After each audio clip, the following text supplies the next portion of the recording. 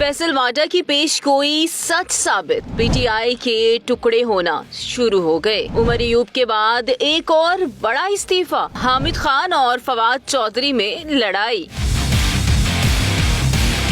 इस्तीफे, लड़ाइयाँ, बयानबाजी और मुखालफत। हुकूमत को टफ टाइम देने वालों ने आपस में मैच डाल लिया। ग्रुप बंदी से पीटीआई के मुस्तकबिल पर सवाल उठने लगे। क्या वाकई फैसल वाडा की बात सच होने वाली है कि पीटीआई के टुकड़े हो जाएंगे? तहरीके इंसाफ में सब कुछ अच्छा नहीं। उमर अयूब के बाद जुनेद अकबर भी कोर कमेटी से मुस्ताफी हो गए। ग्रुप बंदी की खबरें तो पहले ही आ रही हैं, अब तो मौजूदा और पार्टी छोड़कर जाने वाले भी वापसी के लिए आमने सामने हैं। एक तरफ फवाद चौधरी बयानात दाग रहे हैं, तो दूसरी जानिब से भी इन पर भरपूर फायर किया जा रहा है। पीटीआई के सीनियर रहनुमा इनकी वापसी पर राजी नहीं है। हामिद खान ने फवाद चौधरी के पार्टी में वापसी की मुखालफत कर दी। हामिद खान ने कहा कि पीटीआई को नुकसान पहुंचाने के लिए पार्टी के अंदर से एक और पार्टी, इस्तेहकाम पाकिस्तान पार्टी बनवाई गई थी। फवाद चौधरी और इमरान इस्माइल इसमें शामिल हो गए थे। फवाद चौधरी अब किसी के इशारे पर पार्टी के खिलाफ बयानात दे रहे हैं। इन्हें पार्टी में वापस आने का कोई हक नहीं। हामिद खान के बयान पर फवाद चौधरी का रद्द अमल भी आ गया। कहा, हामिद खान पार्टी को नुकसान पहुंचा रहे हैं। जब तक इनसे जान नहीं छुड़ाएंगे सही ऑपोजिशन नहीं कर सकते। ये चाहते हैं इनके कद से बड़े लोग पीटीआई में न आए। इससे कबल भी फवाद चौधरी ने कहा था कि वो तो पीटीआई में थे और हैं। इमरान खान के कहने पर पार्टी छोड़ी थी और अब भी